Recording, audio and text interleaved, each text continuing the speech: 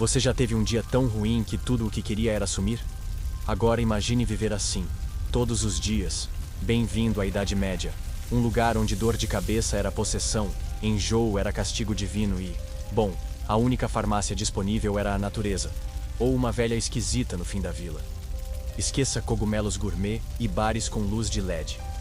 Hoje, a gente vai visitar uma época em que ficar chapado era um evento místico, perigoso ou simplesmente inevitável. Respira fundo, porque a viagem vai começar. Antes de mais nada, se você ama histórias estranhas, reais e que ninguém tem coragem de contar antes de dormir, se inscreve aqui no canal. E claro, já deixa o like para essa história chegar a mais gente que, assim como você, ama embarcar nessas sombras deliciosas da história antes de pegar no sono. Agora sim, imagina acordar em 1347 com uma dor no corpo, 3 dívidas com o feudo e uma pulga doente no pescoço. As opções eram poucas. Ou você rezava até sua alma evaporar, ou buscava algum tipo de alívio. Mas o alívio medieval não vinha em comprimido. Vinha em forma de poção suspeita, vinho com gosto de estábulo, ou um chá que fazia você ver sua avó dançando pelada na floresta. E o mais louco, às vezes isso era considerado remédio. A Idade Média era basicamente um Wi-Fi espiritual instável. Tudo travava, caía, e ninguém sabia ao certo o que estava acontecendo. A ciência era vista com a mesma simpatia que hoje se dá a quem tenta vender criptomoeda em grupo de família. Ou seja, ninguém levava a sério. Então, o povo fazia o que dava.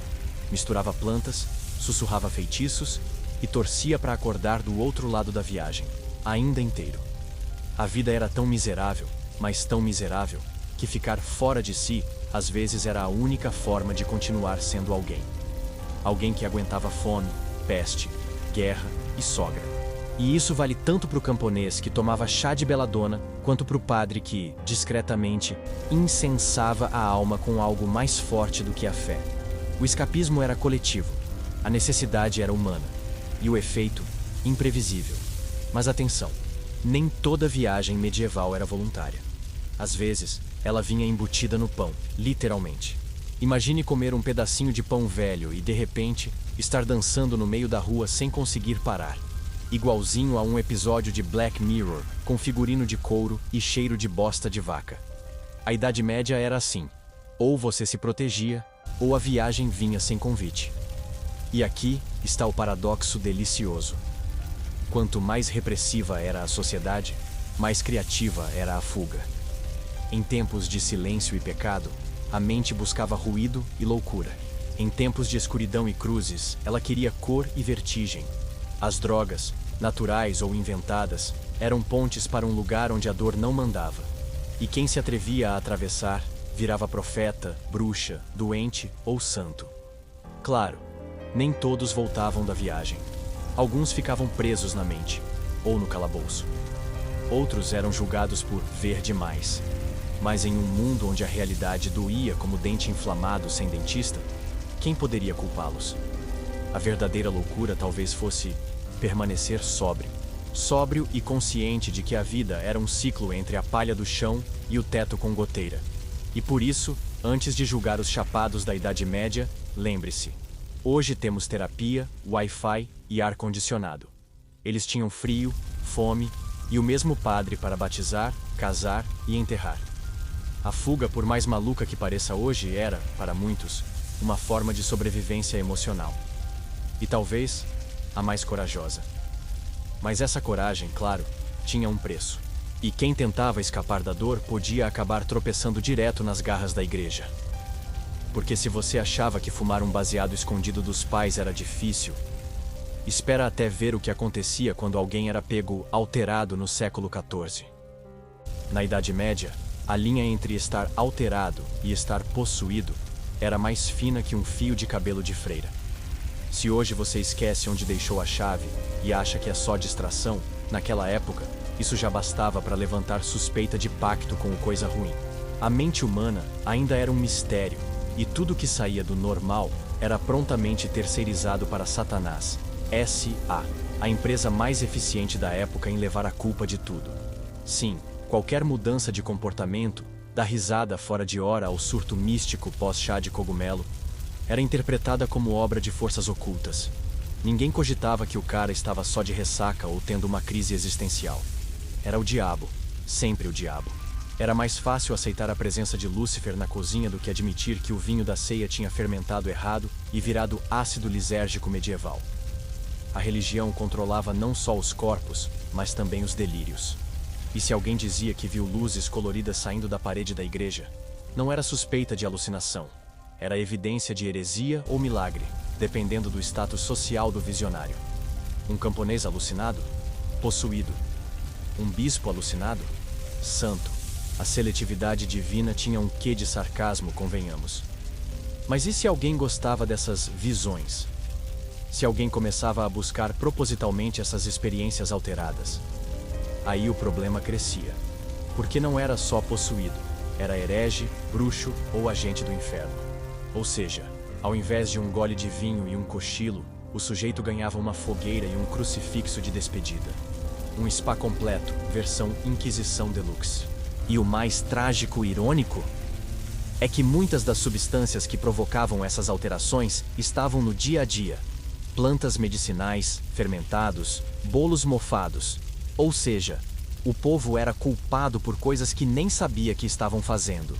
Você comia um pão velho e acordava dançando pelado no celeiro. Mas quem pagava o pato era sua alma, segundo o inquisidor da paróquia.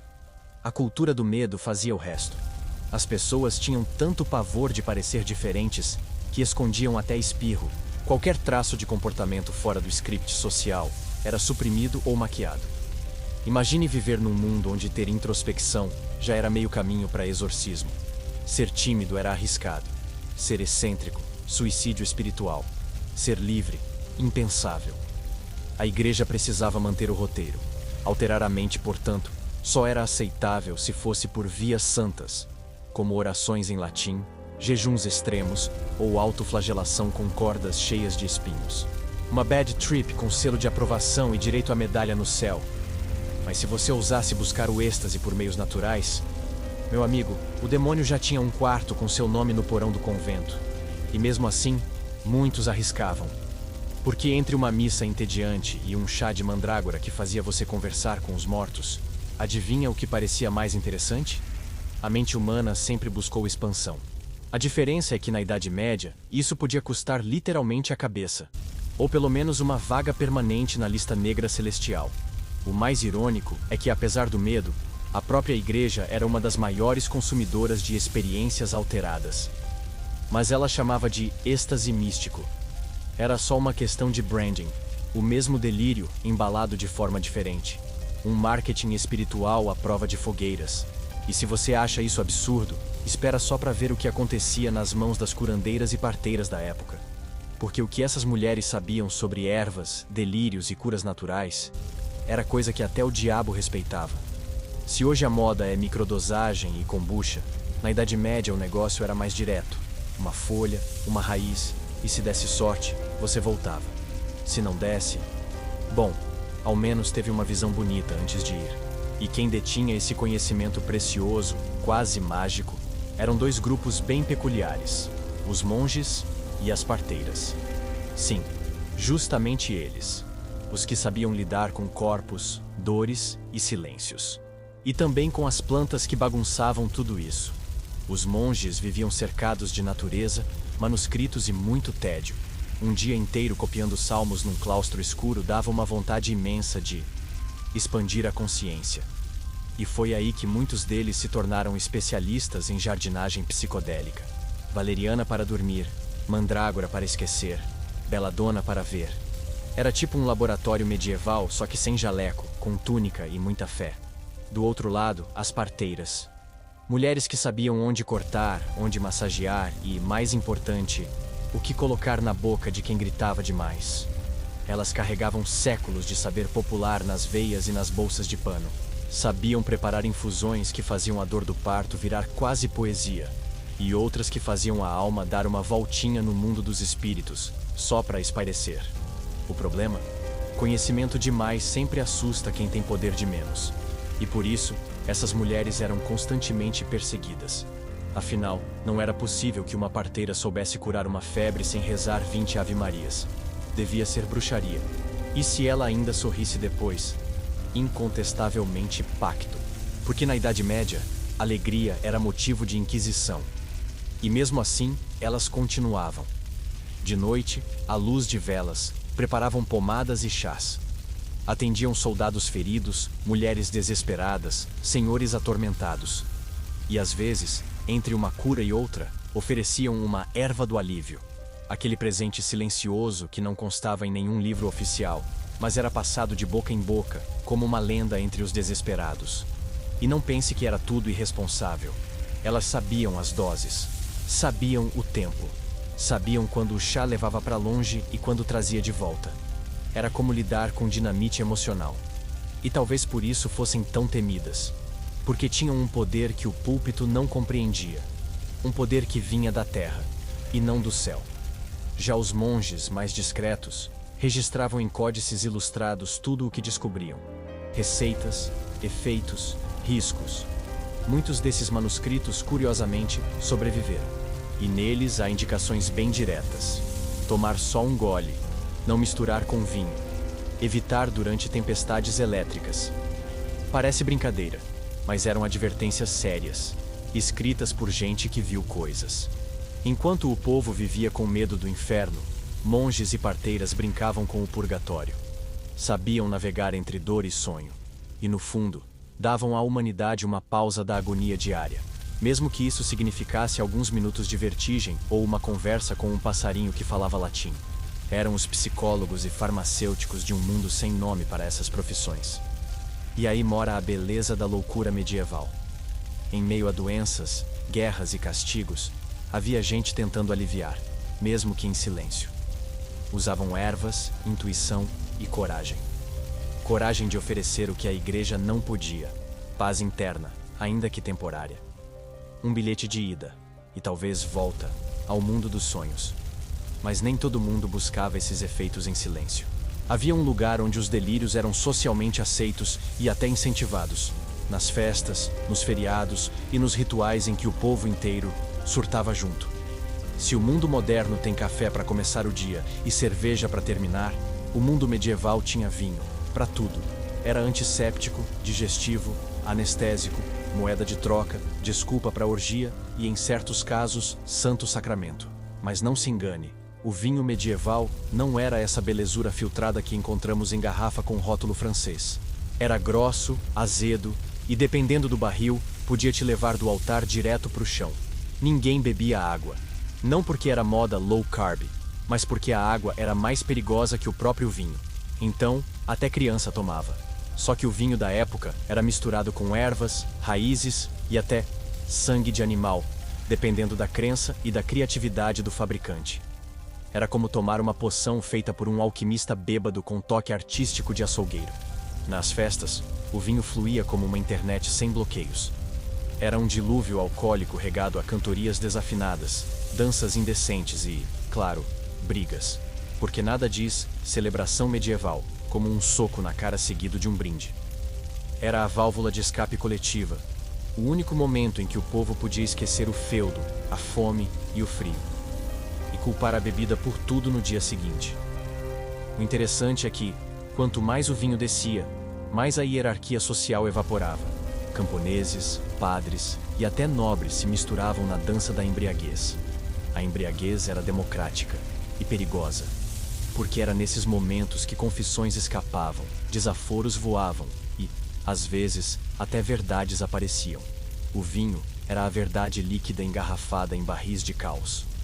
Claro que a igreja dava seu jeitinho. Se era para beber, que fosse com propósito. Nas missas, o vinho era o sangue de Cristo. Mas vai saber o que mais colocavam no cálice. Alguns monges, digamos, se entusiasmavam com os testes de qualidade. E havia boatos de que certos rituais usavam vinho tão forte que fazia até estátua chorar sangue. Literalmente ou não. Mistério até hoje. E quando não era vinho, era algo que fingia ser. Hidromel fermentado no desespero, cervejas turvas de mosteiro e elixires alcoólicos que vinham com promessas místicas e consequências digestivas. O importante era que a realidade saísse do foco, nem que fosse por umas horas, e de preferência, sem lembrar de nada depois. Quem precisa de consciência quando se vive num eterno pré-apocalipse? O vinho também era medicina, ou pelo menos fingia ser. Dor de dente? Vinho. Insônia? Vinho. Inveja do vizinho? 2 goles. Os médicos da época, muitos formados pela gloriosa Universidade da Adivinhação, prescreviam vinho para quase tudo. E curiosamente, era mais eficaz do que algumas alternativas, tipo sangria ou trepanação. Sim, abrir buracos na cabeça para liberar os maus espíritos. E não vamos esquecer o detalhe mais insano. As pessoas ainda jejuavam, ou seja, bebiam de estômago vazio. Resultado? Visões, quedas, delírios. E uma estranha sensação de ter falado com Deus, ou com o porco do vizinho. Vai saber. A mente humana é criativa quando desidratada e alcoolizada ao mesmo tempo. Por isso, o vinho não era só bebida. Era portal. Era muleta emocional. Era terapia líquida num mundo que não sabia nomear a tristeza. 1 gole e tudo doía menos. 2, e você era rei por 1 minuto. 3, e bom, talvez você visse anjos, ou ratos dançando. Mas quem liga? O importante era fugir da realidade, mesmo que por um barril só. E já que estamos falando em fuga coletiva, nada supera os dias de festa. Aqueles momentos em que a vila inteira surtava junto, misturando dança, bebida e estados alterados como se fosse um carnaval com cheiro de cavalo molhado. Porque se você acha que o vinho era forte, espera até ver o que vinha com os rituais sagrados do povo nas celebrações. Se a vida era um eterno castigo, a festa era a pausa no sofrimento. Pense nos feriados da Idade Média como DLCs da realidade.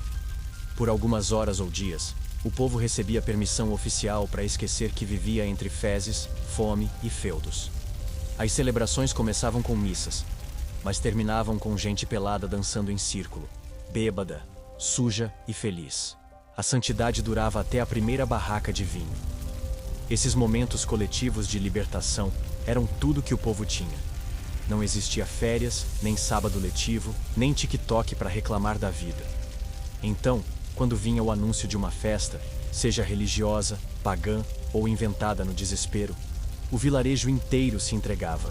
Era um espetáculo de delírio autorizado, uma chance rara de sentir prazer sem culpa, ou ao menos, com culpa postergada até o domingo seguinte. As celebrações tinham de tudo: fogueiras gigantes, máscaras de animais, danças frenéticas, disputas bizarras e, claro, bebidas que ardiam até na alma.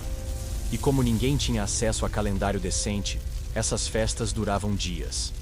Quando o vinho acabava, alguém fazia hidromel. Quando o hidromel acabava, alguém comia um cogumelo suspeito. O importante era não lembrar da vida real por um tempo. E não era só a bebida que liberava o transe coletivo. A música, o tambor, os cantos guturais, tudo contribuía para induzir estados alterados.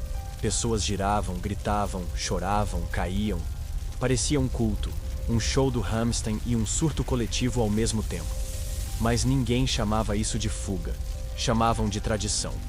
Porque às vezes, a insanidade compartilhada é o que mantém a sanidade individual. Algumas festas tinham um fundo religioso, mas era um fundo tão profundo que mal se ouvia. Os santos viravam desculpa. O foco mesmo era comer, beber e transgredir. Gente se vestia de besta do apocalipse, de cavalo, de diabo. Sim, o mesmo diabo que juravam temer. Mas na festa, ele era só mais um convidado animado. A hipocrisia dançava junto, de túnica e tudo. Havia inclusive permissões temporárias para excessos sexuais, gritos, desaforos e até agressões moderadas. Era o momento em que o servo zombava do Senhor, sem punição. Como se o mundo virasse de cabeça para baixo por algumas horas. Aquele caos controlado era uma catarse coletiva. Um reset emocional antes de voltar à programação opressora da semana seguinte. E claro, os efeitos colaterais vinham depois. Ressaca, gravidez inesperada, culpa religiosa, sumiço de cabras. Mas ninguém parecia se importar. Porque, mesmo sabendo que seriam julgados, punidos ou exorcizados depois, valia a pena. Porque às vezes, você precisa dançar no barro, gritar pro céu e esquecer quem você é para lembrar que ainda está vivo. Essas festas eram, no fundo, O grito silencioso de uma sociedade exausta. Um suspiro hedonista em meio à asfixia moral. Um lembrete de que o corpo ainda existia e que, com sorte, ainda podia sentir prazer. Mesmo que a conta viesse depois, em forma de confissão, penitência ou vermes intestinais. E foi em meio a essas festas que começaram a surgir relatos estranhos. Gente que via coisas. Gente que dançava sem parar por dias. Gente que não conseguia parar de rir ou chorar. Delírios tão intensos que ultrapassavam a festa e se transformavam em surtos coletivos. Será que o pão estava ruim? Será que os santos estavam testando a fé? Ou será que tinha algo no ar ou no trigo? Porque aí entra a parte realmente insana da Idade Média. Quando o pão, o alimento mais básico da vida, virava o bilhete de entrada para uma viagem alucinante sem volta. Imagine que você está com fome. Fome de verdade. Não aquela de, acho que vou pedir algo no iFood, mas uma fome medieval, onde seu único recurso é um pedaço de pão esquecido na despensa úmida de uma cabana mal vedada. Agora, imagine que, ao comer esse pão, você começa a ver cores que não existem, a ouvir cantos que vêm de dentro da sua cabeça, a dançar por horas, sem conseguir parar. Parabéns! Você conheceu o ergot.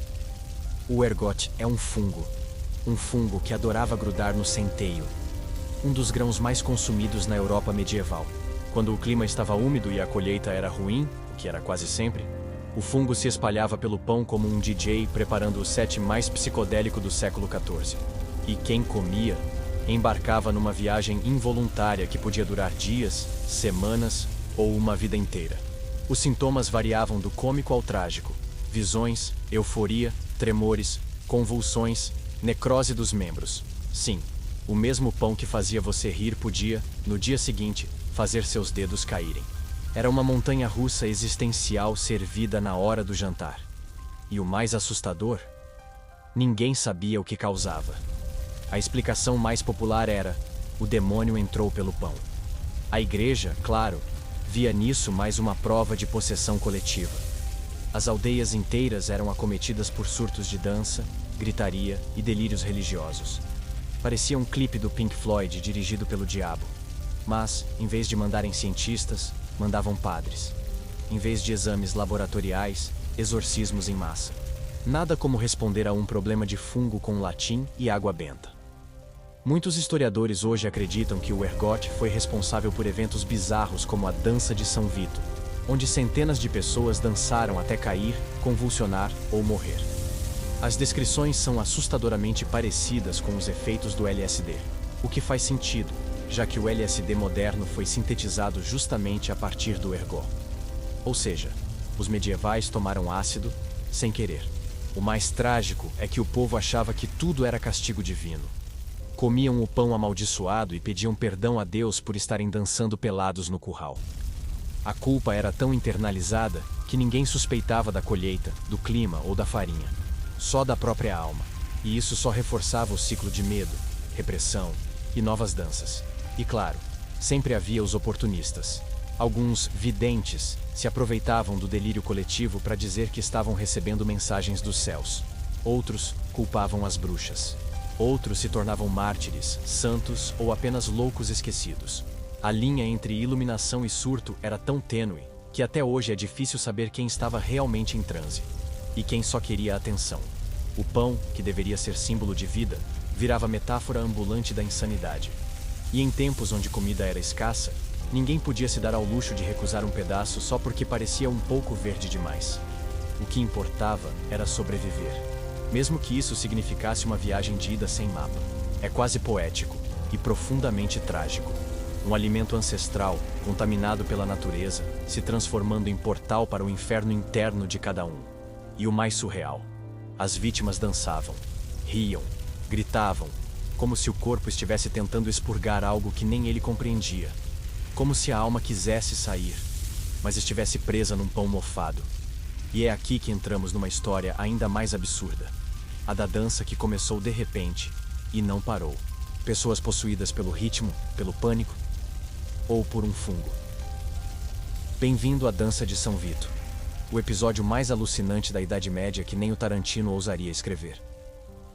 Em algum momento de julho de 1518, numa rua quente de Estrasburgo, uma mulher começou a dançar. Sozinha, sem música, sem parar, por horas. No começo, os vizinhos acharam que ela só estava feliz demais, o que por si só, na Idade Média, já era motivo de suspeita. Mas depois de um dia inteiro em transe, sem descanso, com os pés sangrando e os olhos vidrados, o pânico começou. Dias depois, dezenas de pessoas estavam fazendo a mesma coisa, dançando até cair, até desmaiar, até morrer. Literalmente. O que parecia cena de musical macabro virou epidemia. As autoridades, na tentativa mais medíocre de contenção já registrada, decidiram contratar músicos. Acharam que, com uma boa banda, os dançarinos iam se acalmar. Era como dar energético a quem está tendo taquicardia. Alguns historiadores chamam isso de histeria coletiva.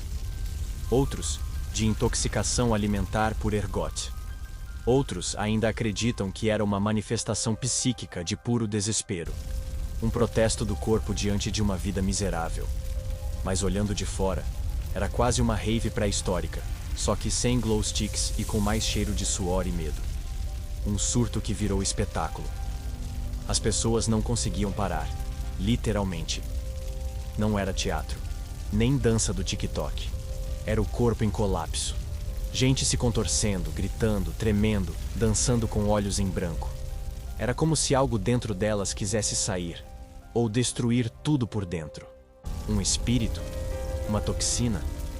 Ou talvez, só a tristeza acumulada de uma existência onde a única coisa constante era o sofrimento? O mais curioso é que ninguém sabia como lidar.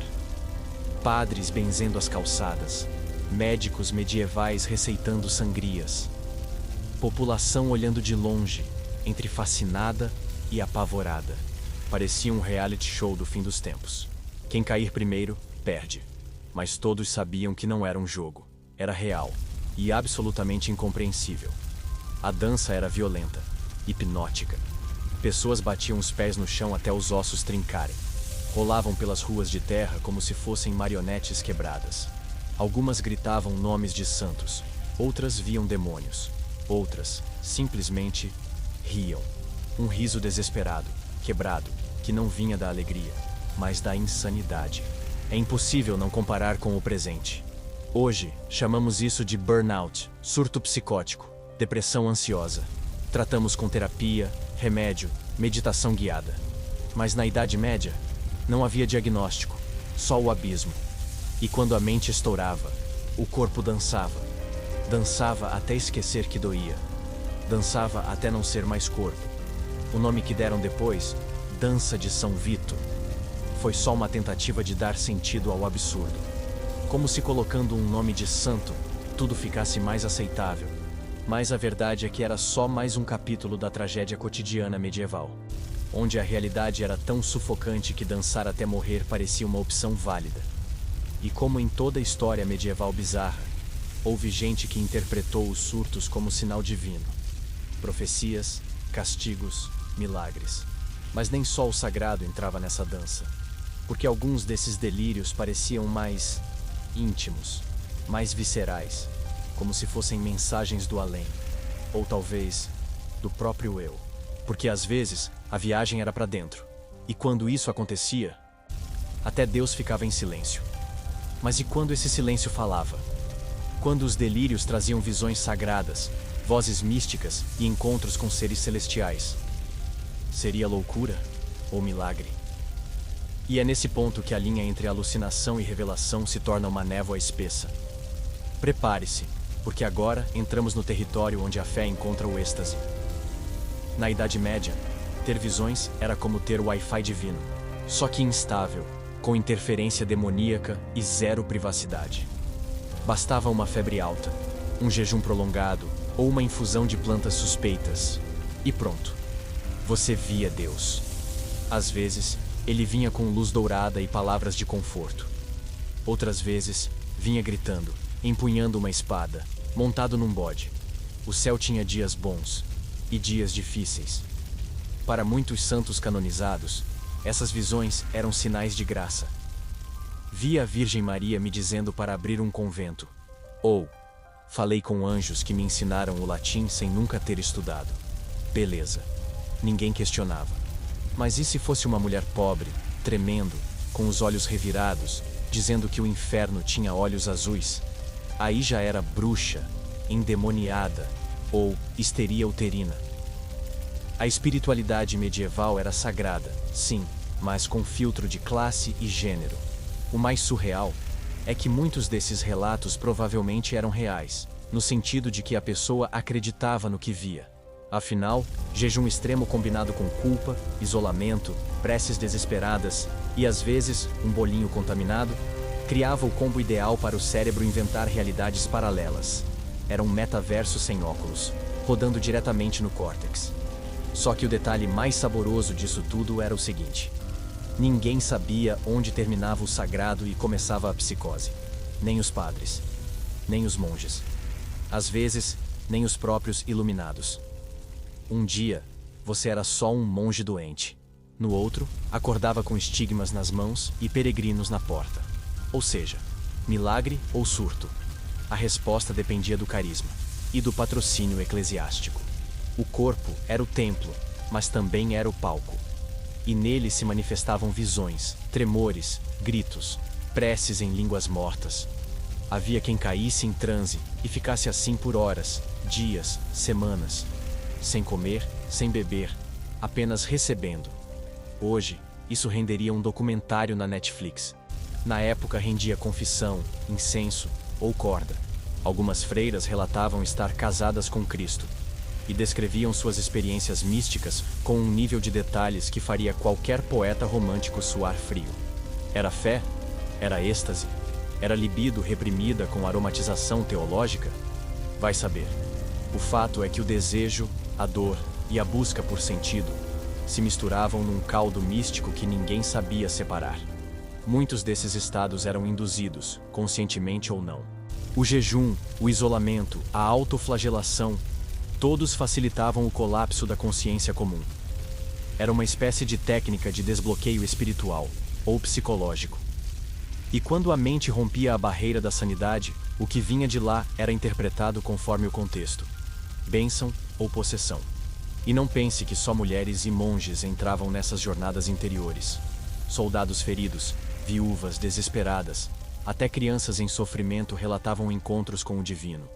Às vezes era conforto, outras, terror puro. O além parecia uma extensão das dores da terra. E quem o visitava? Raramente voltava ao mesmo. É curioso pensar que num mundo tão cheio de regras, justamente o delírio era o espaço onde as almas podiam se expressar com mais liberdade. Sem censura, sem lógica, sem amarras. Era no colapso que surgia o grito mais verdadeiro, a revelação mais brutal.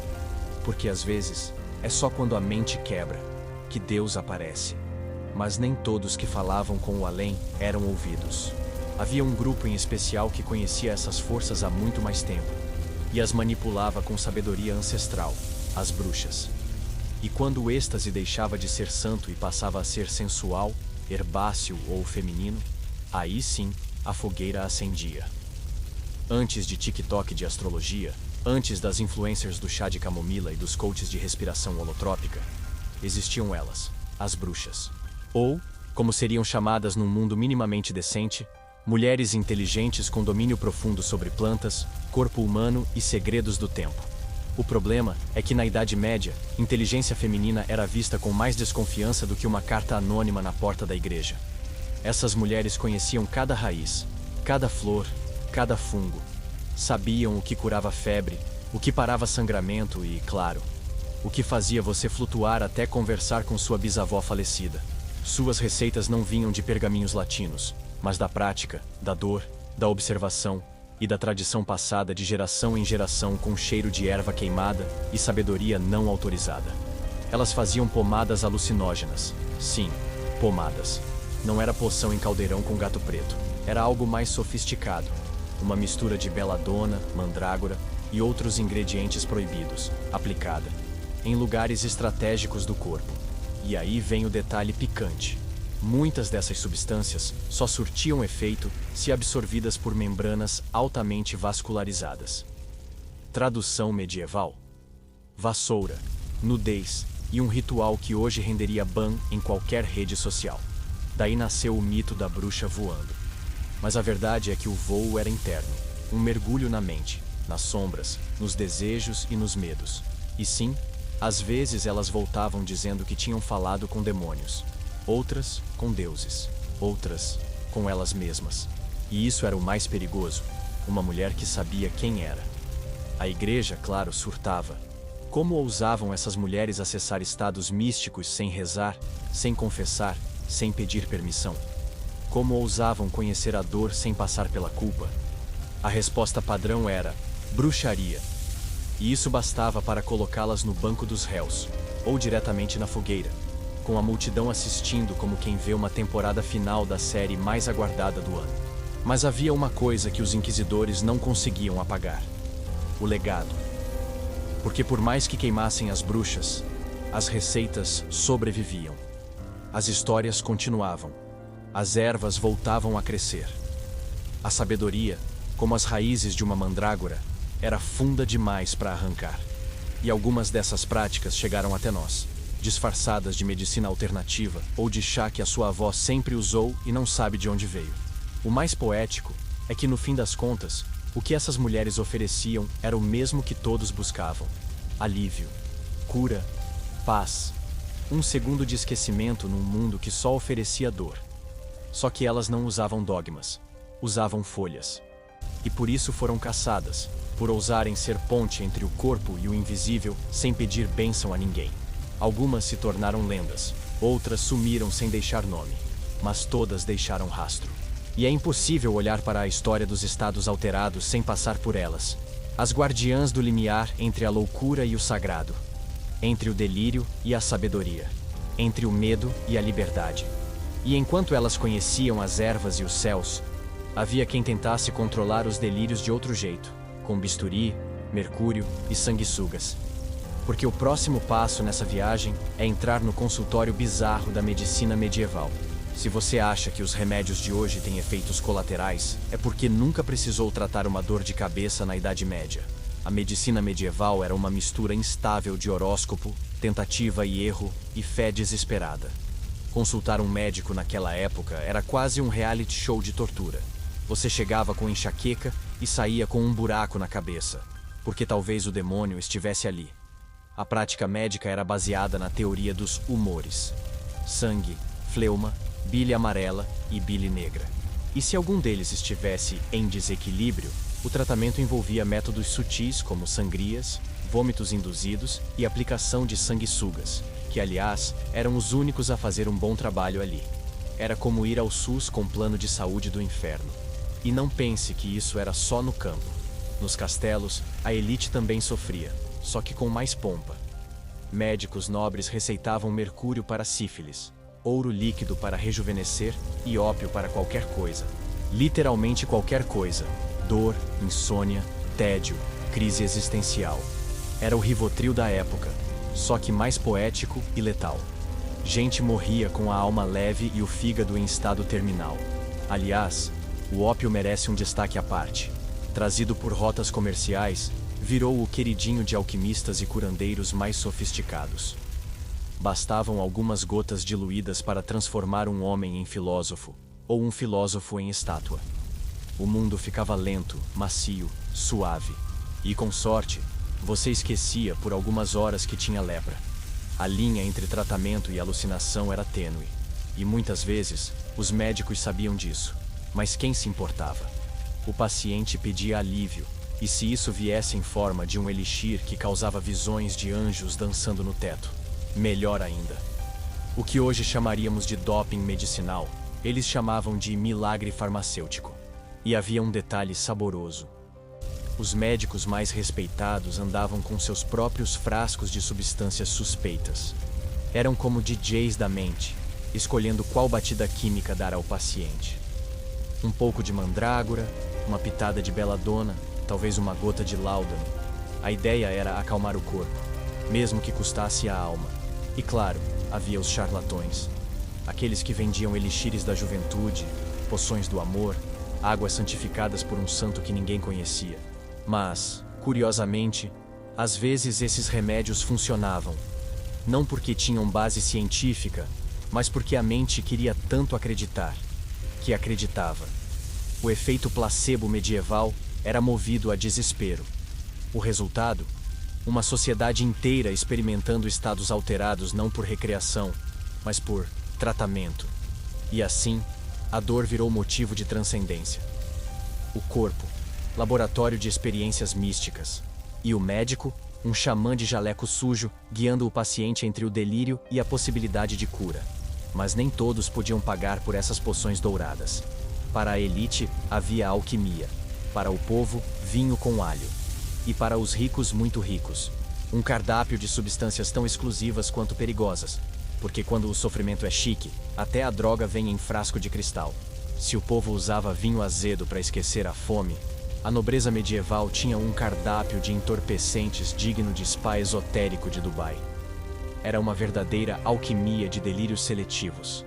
Elixires cintilantes, pós de ouro, vinhos com infusão de pedras preciosas moídas e substâncias que hoje seriam classificadas como apenas para uso supervisionado por uma entidade celestial. A dor do rico era tratada com sofisticação. O sofrimento era decorado. Os nobres acreditavam que certas substâncias aumentavam o equilíbrio cósmico do corpo. Então, para curar melancolia, mandavam moer safiras. Para combater a tristeza, pó de pérola com leite de cabra virgem. E se a angústia fosse mais profunda, ópio misturado com mel e vinho especiado, o famoso tapa na alma com aroma de luxo. Era um coquetel emocional servido com colher de prata. O engraçado é que muitos desses tratamentos não funcionavam, mas eles pareciam funcionar. Afinal, quando você está num castelo aquecido, com músicos tocando alaúdes e um servo abanando seu rosto enquanto você bebe uma poção dourada, tudo parece menos insuportável. É o placebo com pedigree. A cura pela estética. O delírio pela arquitetura. E claro, a alquimia era o grande fetiche dos endinheirados. A ideia de transformar chumbo em ouro era só a ponta do iceberg. O que eles queriam mesmo era transformar dor em êxtase. Os alquimistas, meio cientistas, meio magos, ofereciam poções que prometiam longevidade, vigor sexual, iluminação espiritual e, com sorte, uma morte bonita. Às vezes até funcionava. Às vezes, virava a purpurina funerária. Enquanto isso, os médicos dos nobres tratavam depressão com banho em leite de égua e insônia, com música de harpa e vinho aromatizado com ervas exóticas. Não era exatamente ciência, era teatro medicinal. Mas quando você tem poder e medo de morrer, qualquer performance que disfarce o fim da existência vira esperança embalada. Algumas receitas envolviam ingredientes raríssimos: âmbar cinzento de baleia, extrato de cervo, pó de múmia egípcia, sim, real. A ideia era absorver a vitalidade ancestral do morto. Um pequeno canibalismo farmacológico com assinatura nobre. Hoje seria crime internacional. Na época, alta classe. Literalmente, consumir história. O curioso é que esses tratamentos às vezes levavam à morte, mas de forma tão refinada que parecia um ritual. Nobre algum morria com simplicidade. Morriam perfumados, dopados e recostados em almofadas de seda. Era o fim como espetáculo. A passagem para o além embalada por violas e vapor de incenso narcótico. O contraste era brutal. Enquanto o povo delirava com pão mofado e vinho de cabra, os ricos se dopavam com poções que custavam o salário anual de um vilarejo inteiro. Mas no fim das contas, todos buscavam a mesma coisa: esquecer que estavam vivos num mundo que doía. A dor era democrática, só o tratamento era VIP. E não pense que a igreja ficava de fora. Muito pelo contrário.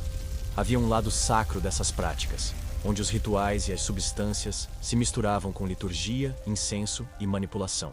Porque quando até o céu entra na jogada, é sinal de que a viagem não acabou. A igreja sempre teve o monopólio da alma, mas não pense que ficou de fora quando o assunto era corpo e consciência alterada. Muito pelo contrário.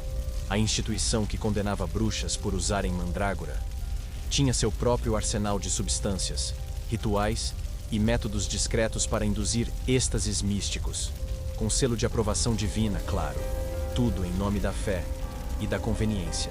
Incensos com propriedades narcóticas, jejuns prolongados, Cânticos hipnóticos em latim, ambientes fechados cheios de fumaça e silêncio. Tudo cuidadosamente projetado para levar o fiel a estados de transbordamento emocional. E quando alguém desmaiava no altar dizendo que viu anjos dançando entre os vitrais, milagre, êxtase, aleluia. A psicologia chamaria de dissociação. A igreja chamava de visitação divina. Os monges mais devotos entravam em transe após noites em claro, recitando salmos e respirando o ar embebido de ervas secas queimando nos candelabros. Era uma espécie de meditação forçada com pitadas de combustão química. Alguns viam luzes, outros, demônios, outros, o próprio Cristo. Mas nenhum deles ousava dizer que aquilo era só cansaço, fome e fumaça. Melhor dizer que foi o Espírito Santo, menos perigoso. E não era só nos mosteiros. Em alguns ritos secretos, certas ordens religiosas usavam substâncias extraídas de flores e raízes com potencial alucinógeno. Pequenas doses, controladas, ritualizadas. Porque quando o transe era conduzido por alguém com batina, ele deixava de ser heresia e virava caminho espiritual. Era o mesmo chá, só mudava quem servia e o latim ao redor. A Eucaristia, por exemplo, era considerada literalmente o corpo e o sangue de Cristo. Uma simbologia tão intensa que, para muitos fiéis em estado de comoção, provocava reações físicas, tremores, visões, lágrimas, desmaios. Era fé? Era sugestão? Era um teatro coletivo onde a espiritualidade e o delírio dividiam o mesmo cálice? A música litúrgica ajudava. Repetitiva, densa, cheia de ecos, cantada em coros que pareciam vir de outro mundo. Era impossível não se deixar levar. E quem já entrou numa catedral medieval sabe. A arquitetura inteira conspira para te engolir. É como estar dentro do peito de Deus. Um peito que vibra, ecoa e às vezes te faz perder os sentidos. Mas havia um detalhe cruel.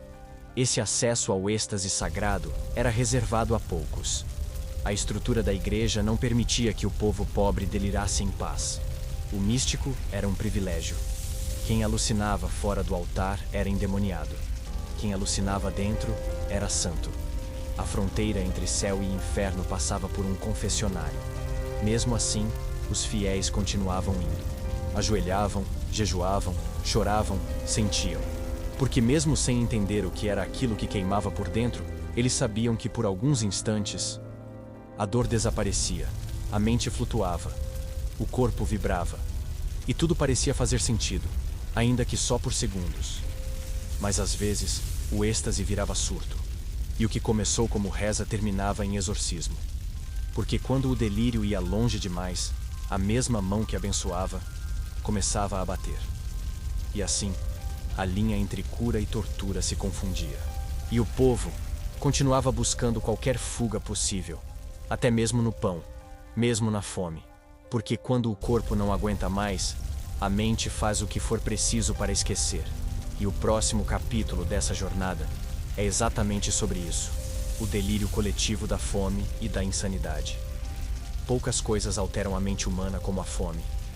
Não a fome leve, de quem pulou o almoço, mas a fome medieval, seca, dura, contínua.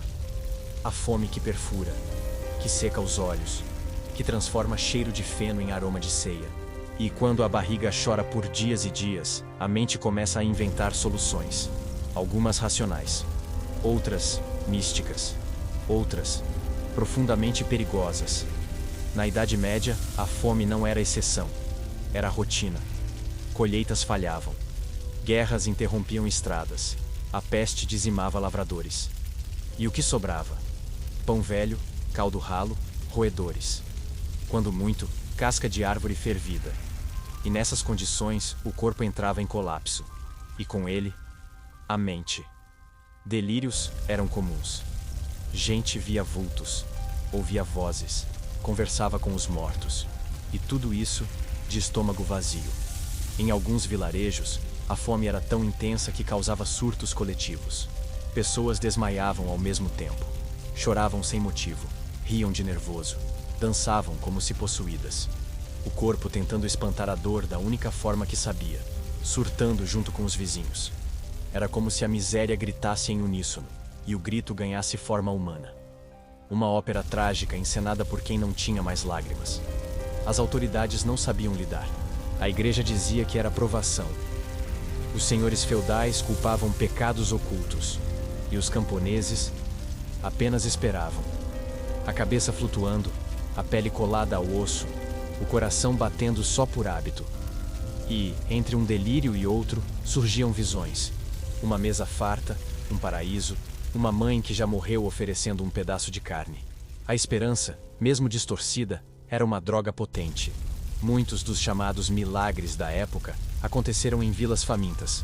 Gente que disse ter visto santos flutuando, pão multiplicando, água virando vinho. Talvez tenham mesmo visto. Talvez o desespero tenha vestido máscara divina. Talvez a alucinação tenha sido a única resposta do universo a um povo que só pedia por um pouco de alívio. O corpo não aguenta tudo. E quando chega nesse limite, a mente toma o leme e vira o navio para onde quiser. Para um mundo onde há comida, onde há calor, onde há silêncio. Um lugar que talvez nem exista, mas que se torna tão real, que esquecer dele dói mais do que a fome original. E é por isso que tantos se perdiam.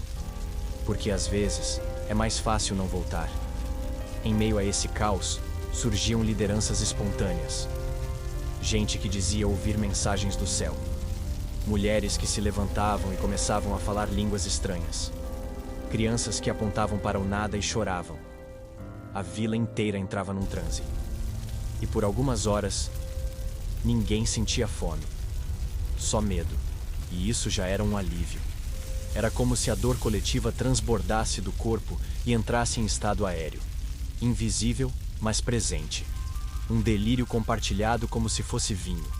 E quem ousava dizer que aquilo era loucura, era imediatamente engolido pela mesma onda.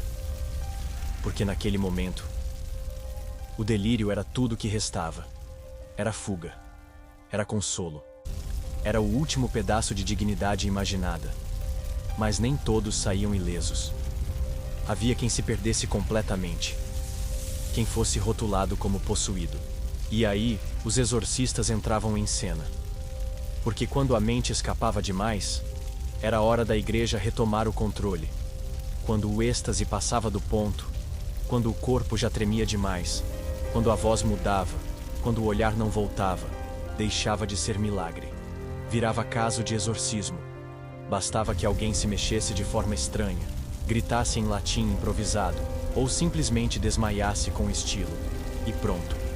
Lá vinha o padre, com o crucifixo em punho, pronto para bater boca com o demônio, ou com a psique quebrada de um camponês faminto. A lógica era simples. Tudo que a igreja não entendia, ela combatia com sal e liturgia. O que hoje chamaríamos de crise nervosa, colapso emocional ou surto psicótico, era interpretado como invasão infernal. Não havia psiquiatra, nem diagnóstico, só fé. Fé. E uma sala escura, onde o sofrimento era espremido até sair algo que parecesse cura. Os rituais eram, na prática, sessões de tortura com vocabulário sagrado. Gritos, pancadas, imposições de mãos, ordens em tom de ameaça. Às vezes vinham acompanhadas de jejum forçado, imersão em água gelada ou chicotadas purificadoras. Porque o demônio precisava sair, e se saísse junto com a sanidade, paciência. A alma já estava salva, mesmo que o corpo ficasse arruinado. E havia casos ainda mais perturbadores: os exorcismos preventivos. Sim, você não precisava nem estar possuído. Bastava parecer estranho. Uma criança que sonhava demais. Uma mulher que ria alto. Um homem que falava sozinho no campo. Eram candidatos. Porque no fundo, o exorcismo era mais uma forma de controle do que de salvação. As vítimas, muitas vezes, acreditavam estar mesmo tomadas por forças ocultas. Afinal, quando tudo à sua volta diz que você é culpado, seu corpo obedece. E entre gemidos, convulsões e olhos revirados, elas davam o espetáculo que a vila esperava. E quando o ritual terminava, algumas acordavam em silêncio, outras não acordavam nunca mais. É brutal pensar nisso. Em quantas pessoas perderam a vida por expressar, sem filtros, sua dor, por gritar demais, por tremer, por ver algo que ninguém via. enquanto as almas foram sufocadas por uma cruz empunhada como porrete, porque às vezes o exorcismo não era para salvar, mas para apagar, de uma vez por todas. Mas havia algo de teatral também. O exorcismo era uma espécie de espetáculo moral.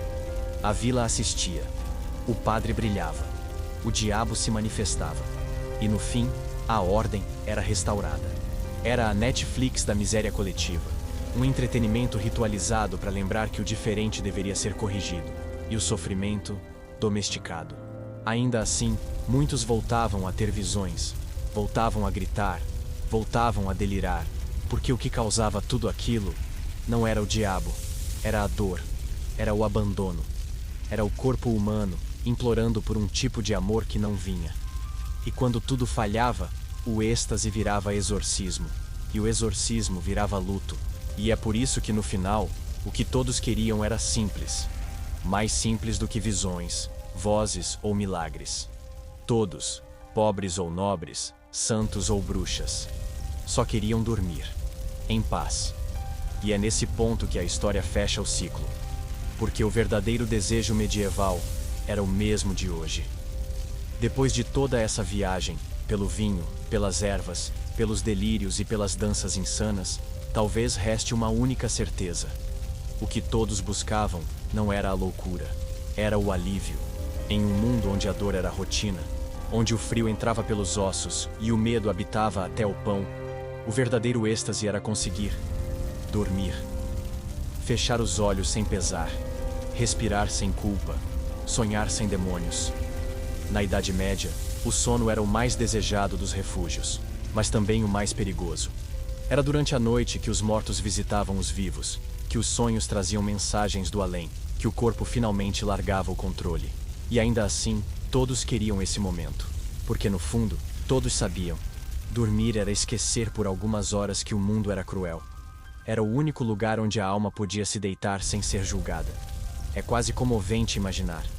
Homens exaustos, mulheres em luto, crianças com fome, todos buscando algum chá, alguma reza, algum delírio suave que os embalasse rumo ao esquecimento. Mesmo que fosse temporário, mesmo que fosse uma ilusão, o que importava não era a realidade, mas a pausa dela. Porque quando a vigília dói, o sonho vira salvação. E talvez seja por isso que tanta gente topava arriscar.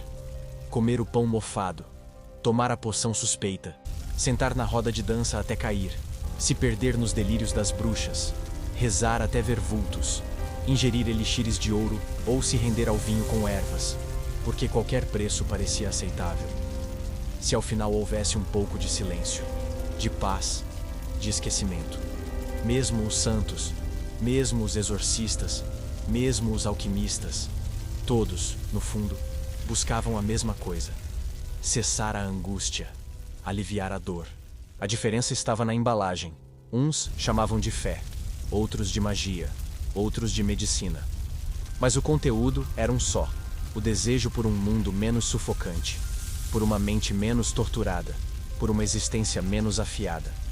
E quando a morte finalmente chegava, não como castigo, mas como descanso, havia quem sorrisse. Não por prazer, mas por alívio, porque o corpo, enfim, poderia repousar. A alma, enfim, poderia vagar sem medo, e o silêncio, enfim, viraria lar. É triste, sim, mas é também profundamente humano. A grande ironia é que, em nossa era moderna, com calmantes, aplicativos de meditação, colchões ortopédicos e playlists de sons de floresta, ainda tem muita gente que não consegue dormir, que, como os camponeses do século XIII, também busca fuga, também busca esquecer, talvez com outras ferramentas, mas com o mesmo vazio. E no fim, tudo isso, as danças, as visões, os delírios, os rituais, eram só versões medievais do nosso desejo mais antigo. De sentir que está tudo bem, nem que seja por algumas horas. De colocar a cabeça no travesseiro e saber que, por um momento, o mundo lá fora pode esperar. Então, se essa história tocou você, se em algum momento você se viu em algum desses delírios, comenta aqui embaixo. Eu tô nessa viagem. E me diz, qual dessas loucuras medievais você acha que mais se parece com o mundo de hoje?